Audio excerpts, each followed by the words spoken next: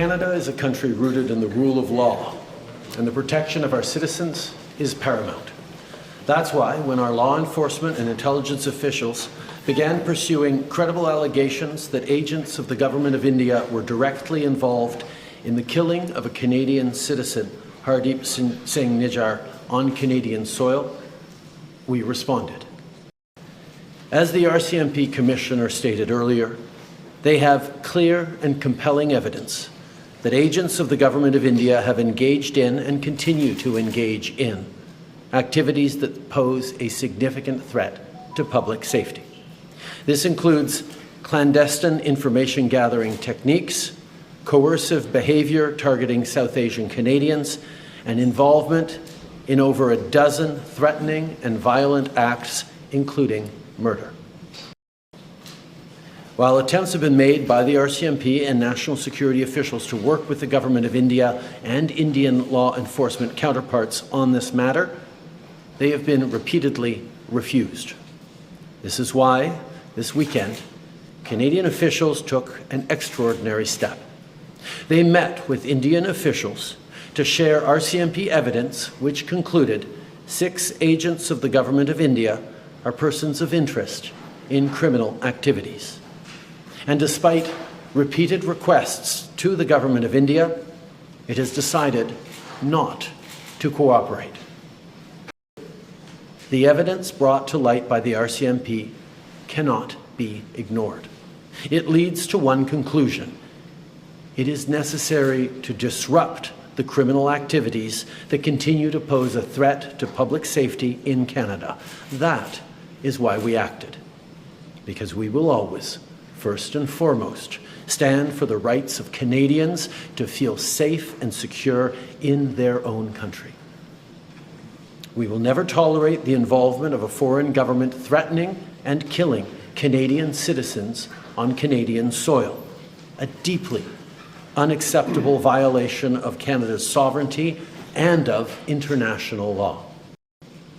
I know the events of the past year and today's revelations have shaken many Canadians, particularly those in the Indo-Canadian and Sikh community.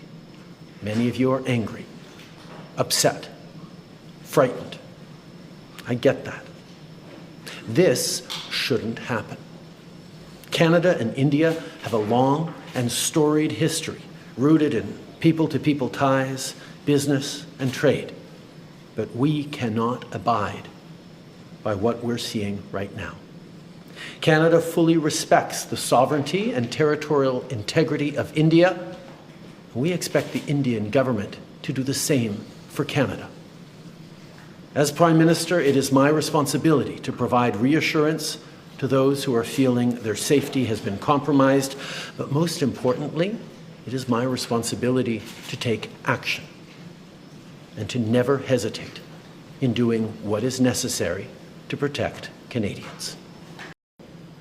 I think it is obvious that the Government of India made a fundamental error in thinking that they could engage in supporting criminal activity against Canadians here on Canadian soil, whether it be murders or extortion or other violent acts.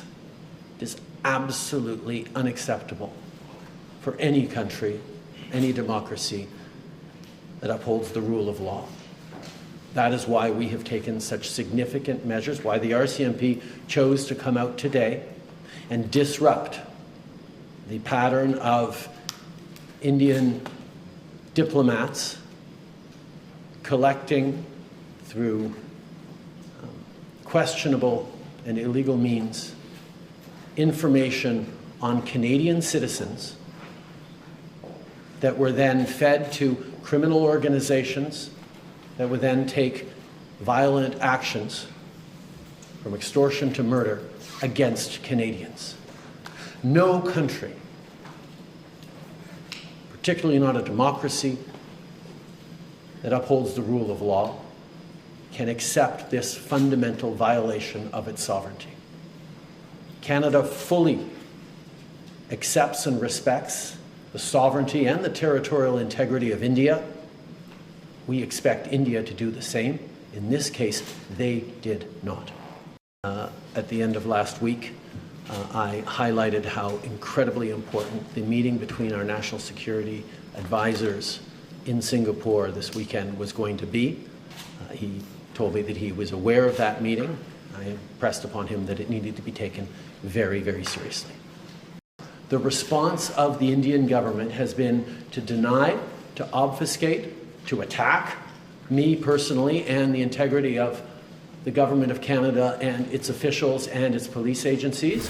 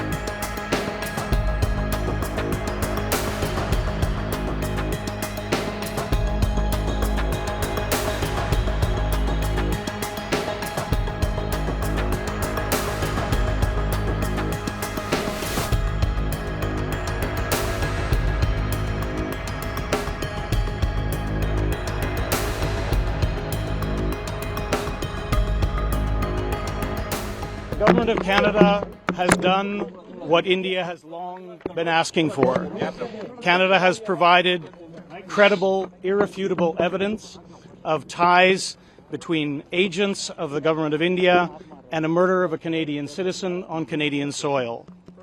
Now it is time for India to live up to what it said it would do and look into those allegations. It is in the interest of both our countries and the peoples of our countries to get to the bottom of this. Canada stands ready to cooperate with India.